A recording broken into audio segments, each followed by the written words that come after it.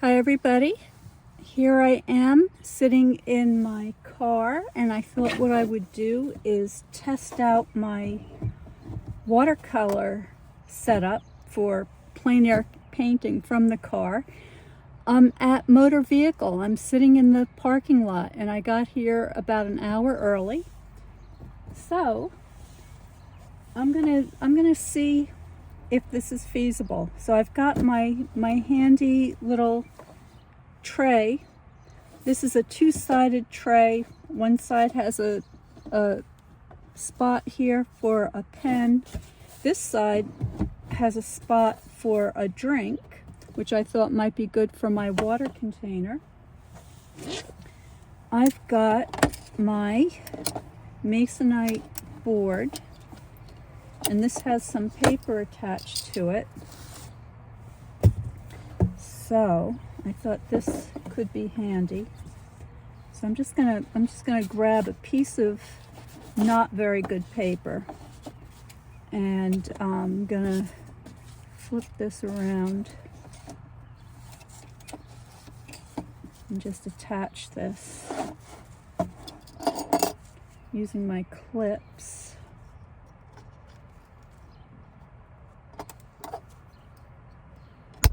Oops.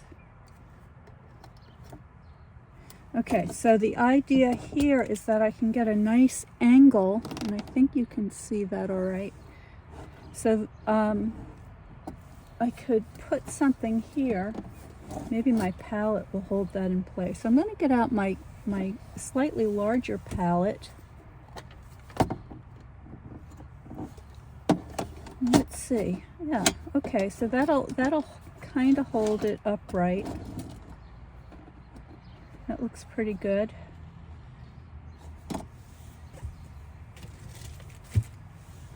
Here's one of my collapsible water cups. That fits perfectly in there. And let's see. I've got a roll of paper towels handy. I've got a toothbrush travel holder filled with some smaller brushes, and let's see if I can put that over here. Well, that will work. Okay, so I don't know if you can see that, but down here is my cup holder. Of course, next to that is my coffee. I have to have my coffee. I'll put my tissues aside for the moment. What else? I've got some water, so here's a handy water bottle. Give myself a little water. I don't need too much. And finally, I've got my sponge. I love to have a nice damp sponge to help control the amount of water on the brush. Just put that right there. I do have some other in my case. I don't think you can see that, but in my knapsack, which is just to my right here, I've got a few other odds and ends. I've got a notebook, which I need to remind myself of something that I remembered on the way here. I've got my sketchbook. Let's see which one I would have here. Okay, so this is the sketchbook that I just used recently at the paint out in Litchfield. So that's good. I've got plenty of paper in there. I've got an additional cup, which I'm not going to use. And I have a baseball cap to keep the sun out of my eyes, so I may as well put that on. And in the front pocket of my knapsack, I have some drawing utensils. So let's see what I've got there. I've got my pipette. I could use that. I've got a pen and a marker. But what I'm looking for is my pencil. So there is my fancy pencil. And finally, I have my film canister, and in my film canister I keep a straight edge razor blade that I can use to sharpen my pencil, as well as a kneaded rubber eraser. So my pencil's got a pretty good point on it. As I sketch, I'm going to take my pipette and I'm just going to moisten my colors to get them activated. Here we go. And what's in front of me is a tree, so it's a fairly tall tree, and it has this beautiful trunk that divides into this kind of a fan-shaped structure. And then there's another tree off to the side. These trees have been pruned to accommodate the electrical wires here. So you see all of it's like half the branches and leaves have been removed, so it exposes the inner part of the tree. So they're not looking as a naturally grown tree would. But that's okay. For practice today, they will serve the purpose. And then at the base of the tree is this kind of wall of greenery. So there's a bunch of shrubs in here. I can't really tell what they are, but they look like young maples, and there might be a couple of evergreens in there, maybe some sumac and some vines. I'm too far away to be able to see all those leaves very clearly. And then there is a kind of a sloped lawn area that comes down. It's a overcast day. It's very gray.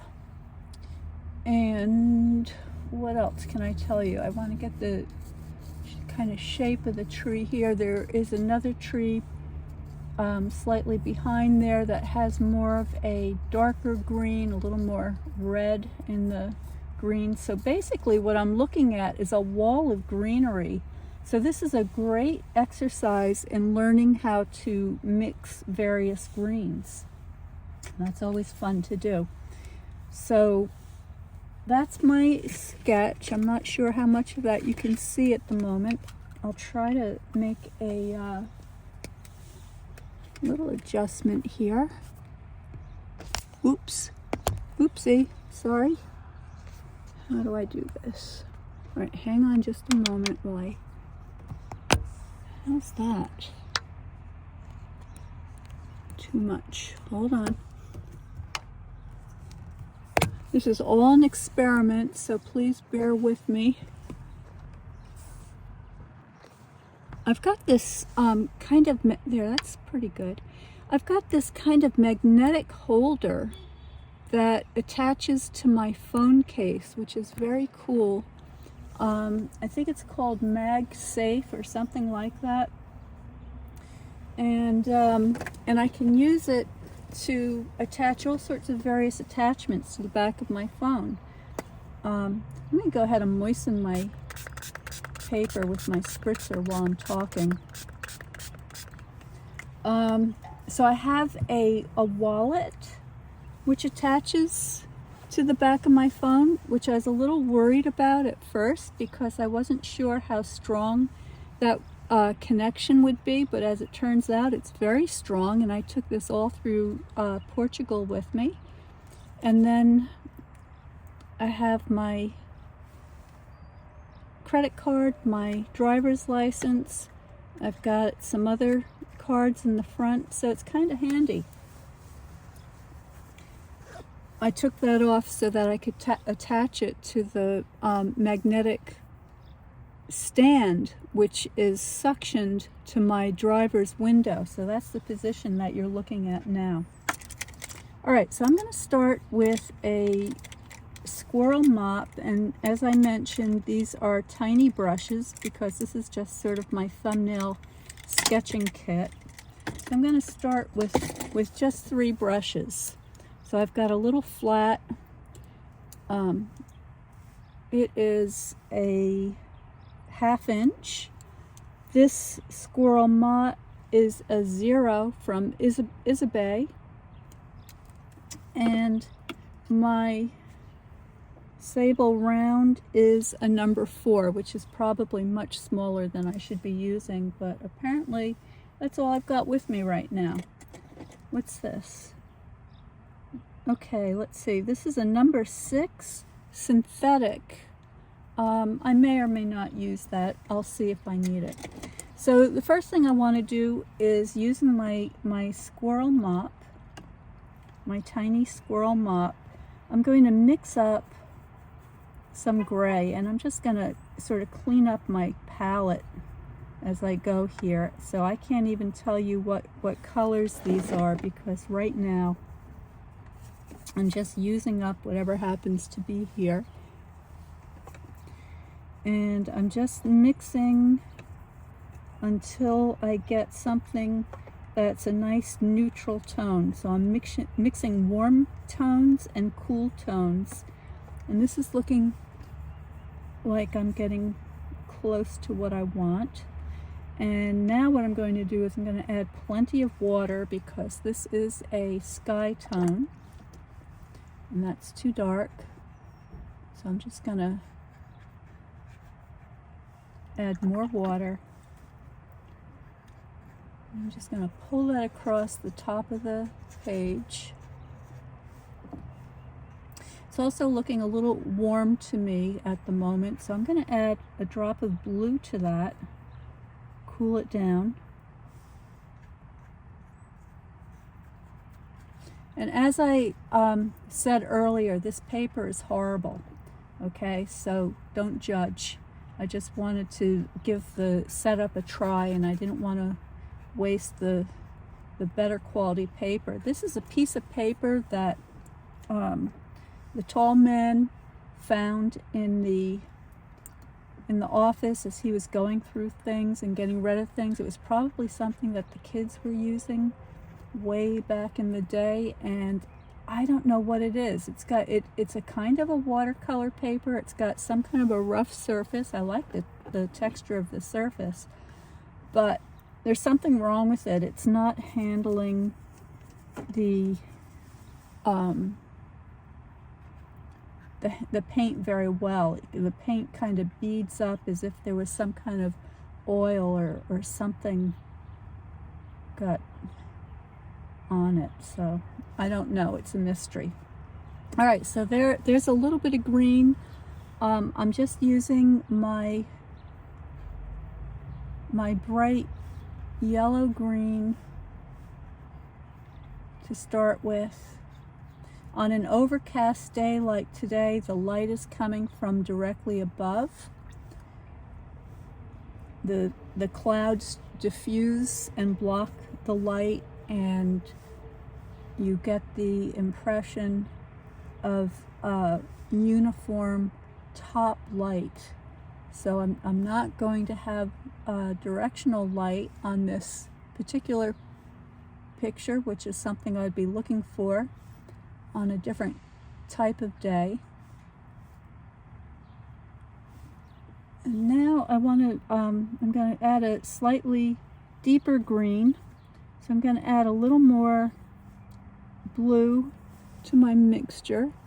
And I'm actually kind of happy that you can see how I'm mixing the paints here. So that's working out pretty well.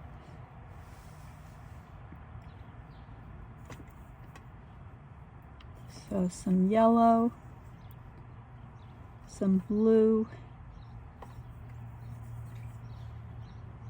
What's happening is there's a lot of water on the brush because this is, as I mentioned, the squirrel mop, so it's very wet. So there's a kind of a medium green, and that would be a good place to start. I'm going to go ahead and just drop that into the sort of shadow areas of my shrubbery. See, this paper is not responding the way my usual paper normally would, so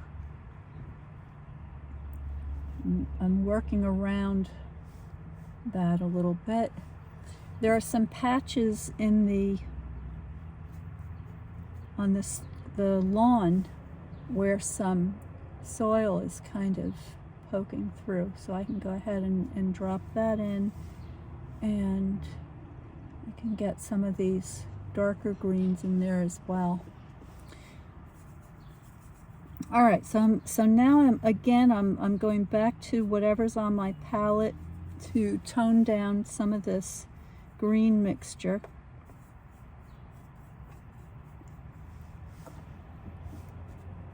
I'm removing excess moisture from the brush because it's very damp. And in fact, I'll grab a paper towel just in case.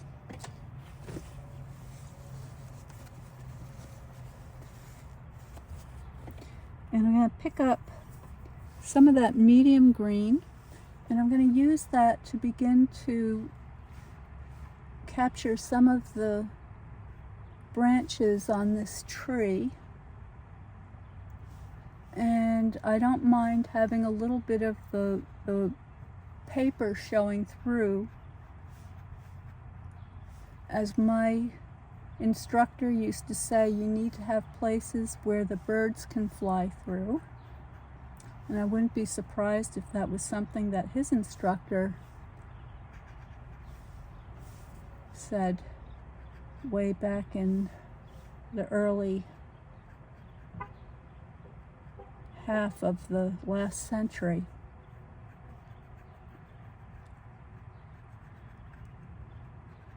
So I'm able to capture some of a dry brush effect. I'm just scraping the side of my brush, and that's helping to give me a little bit of a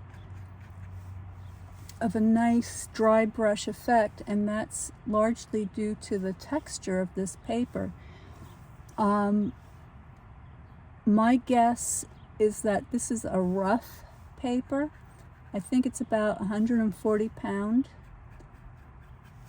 I hope it's 100% cotton. I don't know for sure. I'm starting to get a little bit of a buckle here, so I'm just going to push that down. There we go. And while that's still kind of damp, I'm going to switch to my round brush, take some of this darker green, and get that into the shadowy areas on the underplane of these leaf clumps.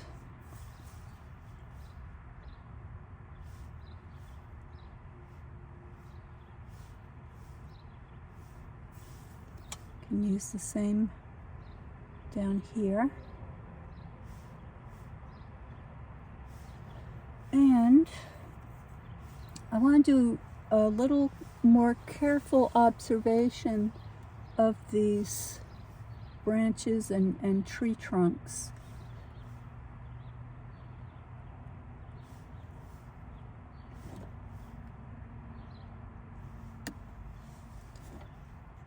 There are areas where the light is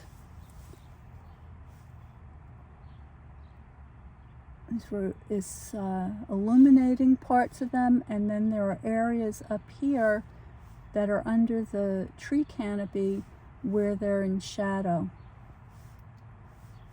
And it's actually, even though the tree has been pruned so severely, it's a nice opportunity to study the anatomy of the tree. So I don't mind that a bit.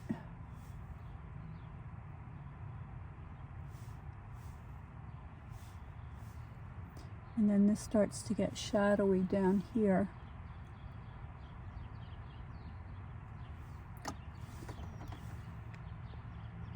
Just soften that transition. capture a little bit of this one over here. This tree has a beautiful kind of an S curve.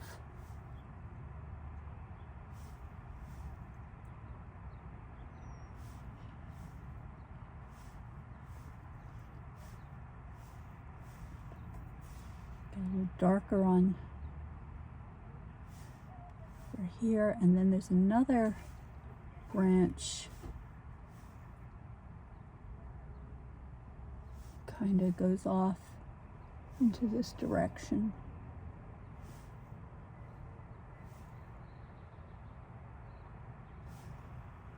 Okay, and then this area over here,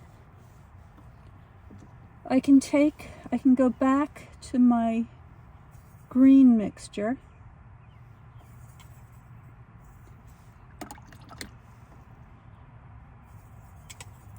So there's a nice medium green. I can take that green and I can bring it over to what's on my palette here and just sort of gray that down a little bit. And I can use that kind of a grayed green. I can even add a little bit of blue to it. And I can use that to kind of indicate some of these trees going off into the distance. So I'm just going to create shapes here of the tops of the distant trees, and that's going to help to add some depth to my painting. Just a little bit here and there. I'm kind of inventing part of this because I don't see a lot of that, but I don't want it to be just a flat wall of green.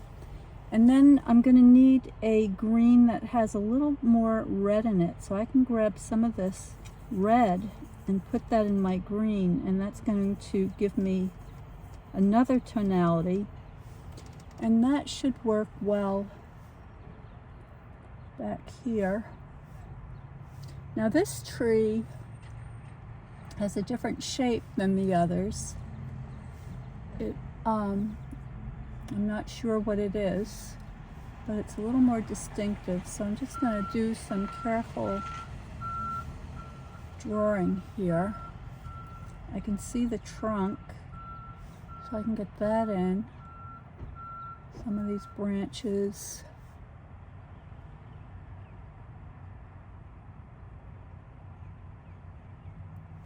All right, and then I want that to kind of contrast against the brighter green of the tree in front of it. I can use the same color, this time maybe a little bit darker, so a little more red, a little more green, and I can use this down in here. And again, I don't want to obliterate all of my sky shape, so I'm using the side of the brush, a drier brush, and I'm also careful to stay out of this lighter area that I want to reserve for the top plane of the shrubs.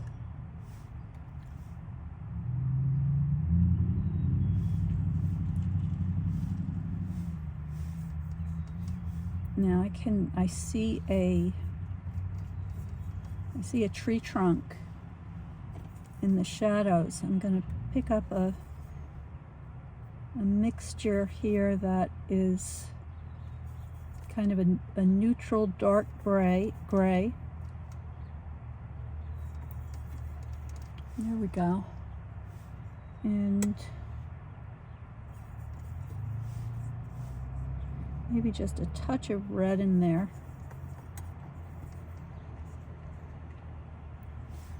And let's see how that does over here. So I'm just looking at my drawing here. So there's that tree over there. So this one would be in here.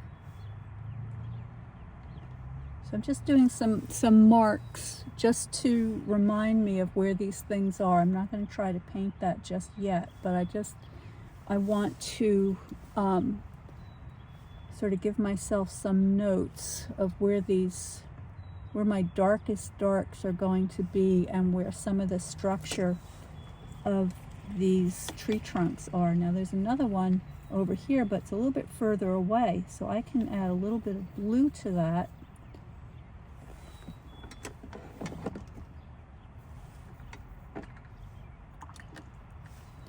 And pick up that paint and just sort of get that going over there.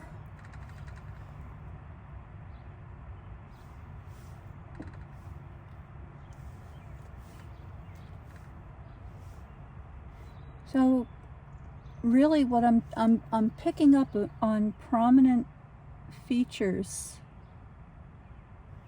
and having these little sort of notes will guide me as I continue to refine the drawing of these tree trunks and branches.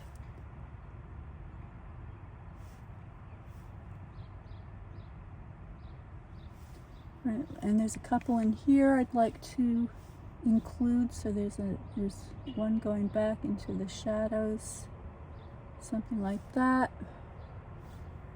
We got another one over here.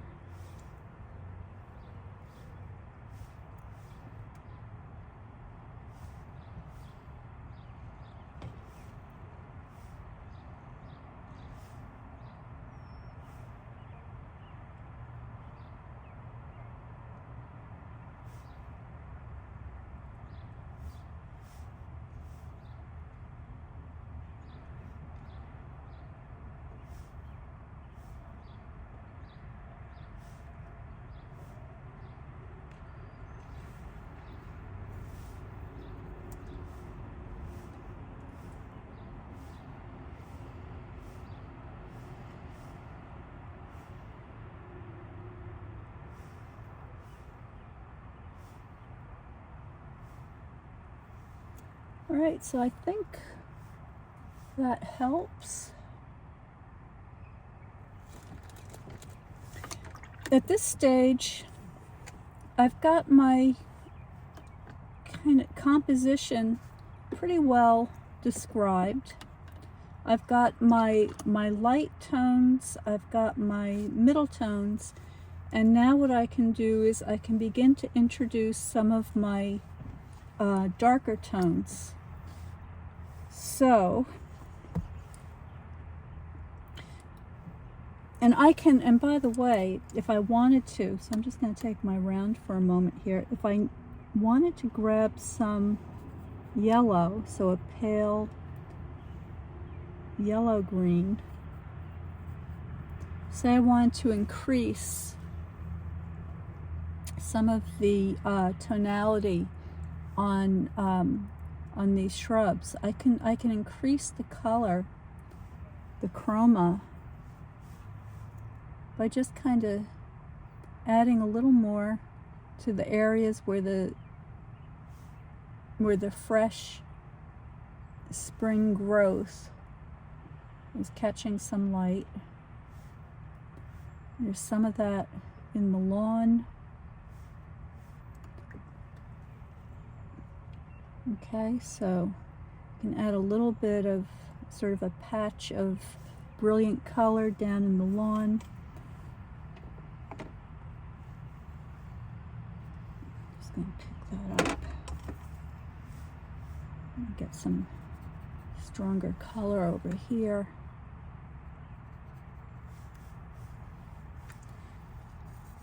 There are some places where it looks like the lawnmower took a divot out of the grass.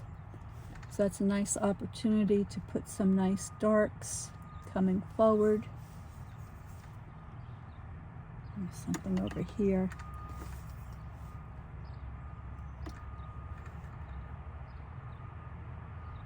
let that kind of melt together. All right, and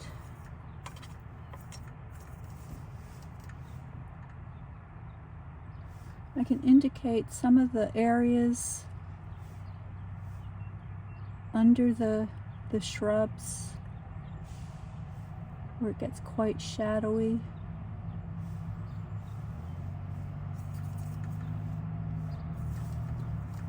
This tree has more leaves up here.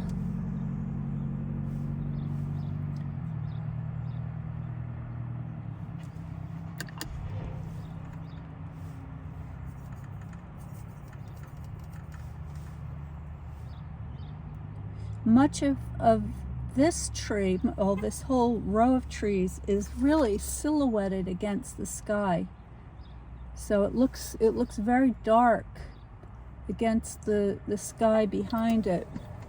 But I don't want to obliterate all of my middle tones and my lights, so I'm kind of sneaking up on it, kind of finding my way as I go. I want to capture the side of this trunk that appears lighter.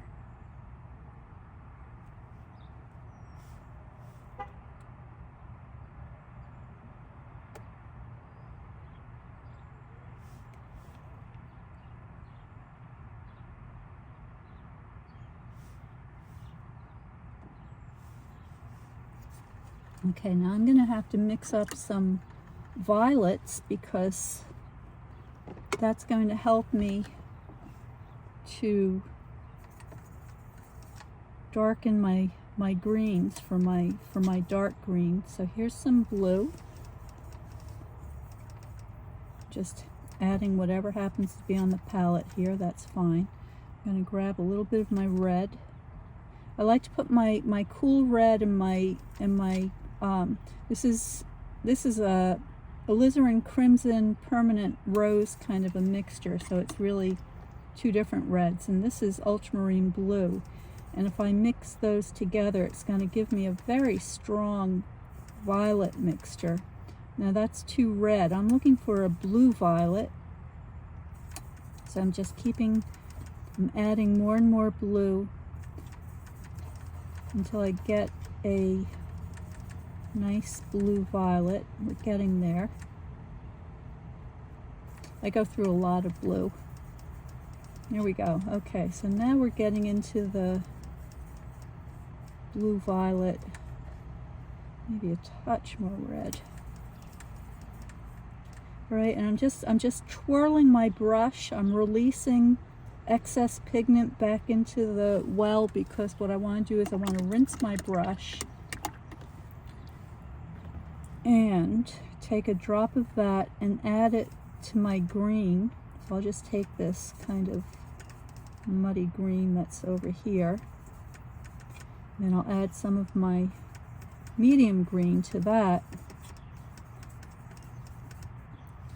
and I can test that. I can look and see what that looks like on the paper, and that looks plenty dark, so that's fine. And I can begin to sculpt out some of these areas that are in shade, and I want to be careful about the amount of shadow that I apply at this stage because I don't want to destroy my middle tones.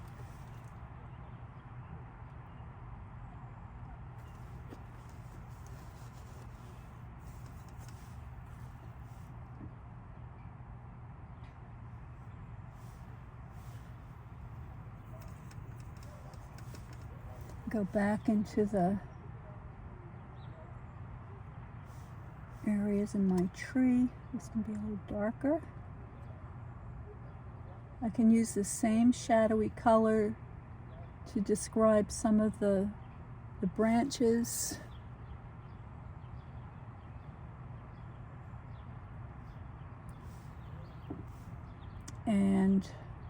I'm thinking in terms of the underside of an umbrella as I look up, so the spokes of the umbrella, and then the branches forming the canopy, and so the bottom of those leafy branches are going to be in shadow while the top is illuminated by the light of the sky coming directly down from above. This shadow color is also kind of grayed, so it's going to go back into the picture plane. I'm looking to create a point in the middle ground.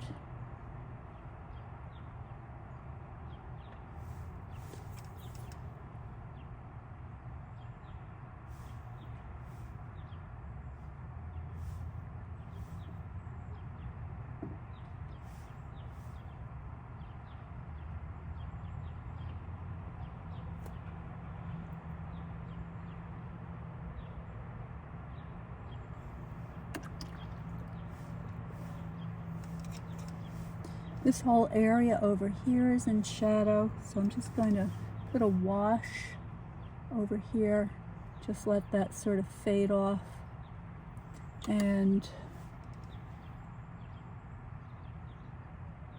preserve that light area. I can add a little more of that yellow green to the top of this shrub where it looks a little bit brighter.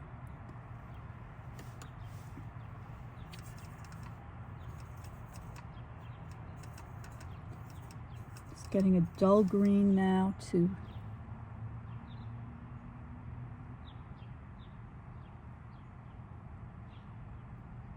kind of blend in over there. I can use the same color to send this side back.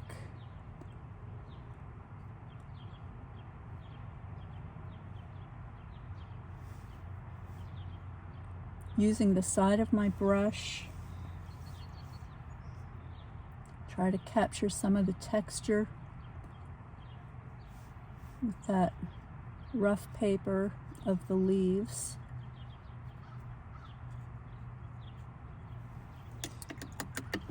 Now, my overall concept is I want to have a kind of a focal point, so in this area here, and I want everything else to be subordinate to that. So I'm going to take my middle green, I'm just going to darken this area slightly to help direct the viewer's eye to the light spot over here.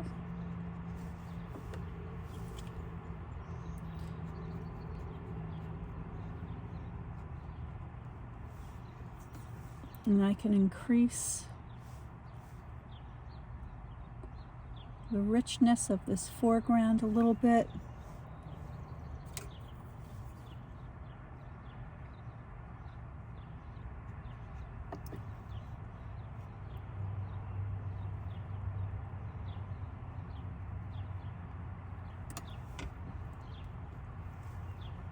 Mix up some more green.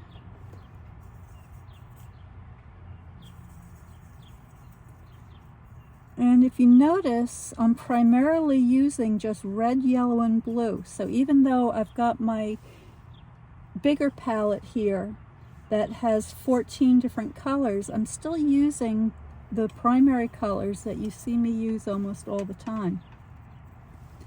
And it's quite amazing, I think, the amount of colors that you can create just using a good yellow, a good red, and a good blue. And what do I mean by that? What makes them good? Well, they mix well with one another. Not all reds, greens, red, yellows, and blues mix well with one another. There are various types of pigments. Some of them are dye colors, some of them are chemical colors, some are earth colors, and each pigment has its own property, and that's going to affect the way those colors react to one another in your painting. So you want to play with various colors and see what they all can do to find the palette that works best for you. But as a rule of thumb, I would suggest that you keep your palette fairly limited, because the more colors you introduce, the less harmonic your overall picture becomes. The more you mix your complementary colors, and by that I mean the yellows. So looking at the color wheel, yellow mixed with red is going to give you an orange, etc. Those secondary colors are your complementary colors. So if you use those in your color mixtures, you're going to create a harmony. It's going to be a much more pleasing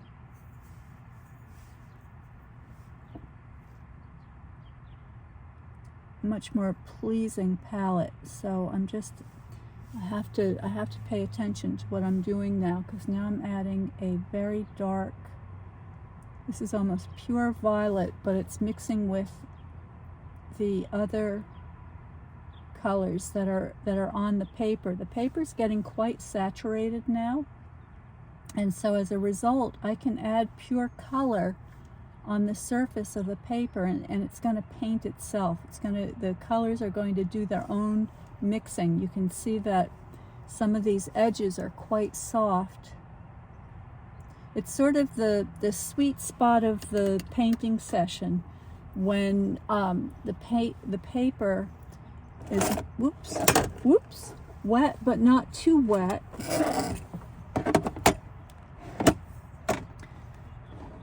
but just enough so that you can really push the colors around. So I'm thinking I might need to get some kind of a hook here to hold this in place. We'll see. This is actually going a lot better than I expected for my first session in the driver's seat here. Of course, I don't know how well you're able to see everything I'm doing, but hopefully it'll be somewhat understandable. And if not, well, we gave it a try, right? We can always improve.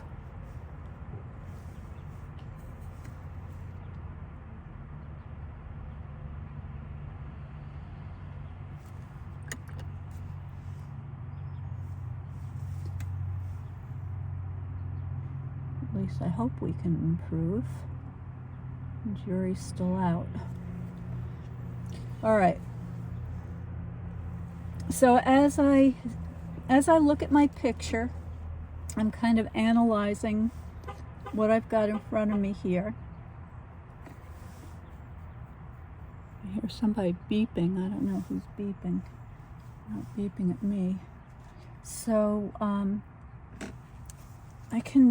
want to add a little more texture to my foreground. So to do that, I can take my brush and I can just spread those hairs and then pick up some of this paint, and I can hopefully, I don't know that you'll be able to see this from so far away, but I'm able to get some little kind of vertical strokes that sort of look like grass, give the impression.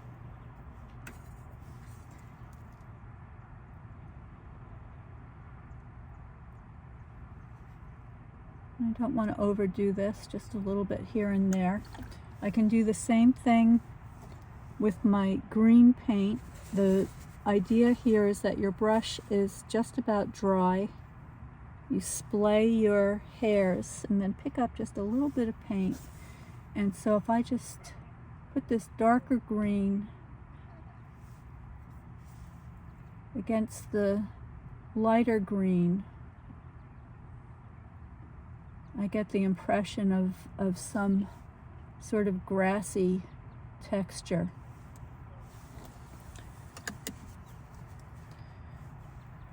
And as always, checking my drawing. So I just want to soften the transition here between the darks and the middle tones. I'm just adding a little more pigment so it's not quite so jumpy.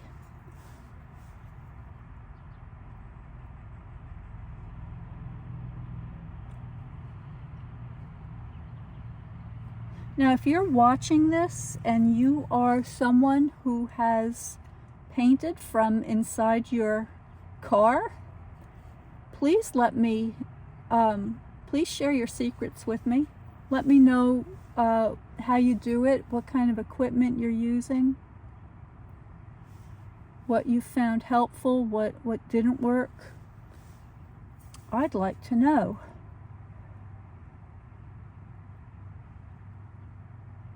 It would be fun to share the setups with one another. All right, now some of these shrubs have these kind of a lateral form with their leaves, and I just want to capture a little bit of that kind of pattern.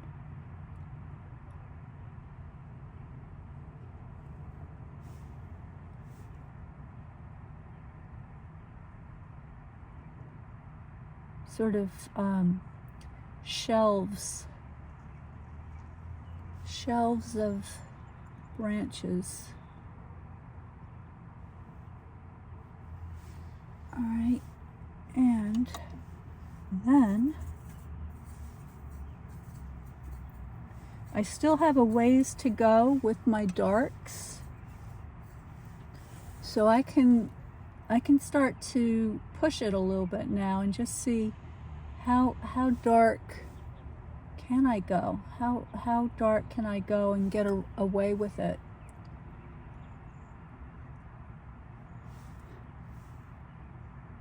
So I'm just dropping some dark accents in here and there, just to kind of test.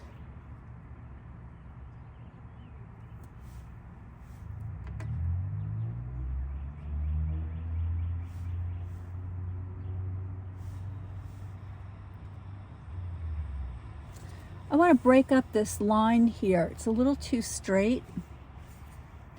And there is a shrub over here that's kind of jumping out of the bank. So I can indicate some of those branches popping out.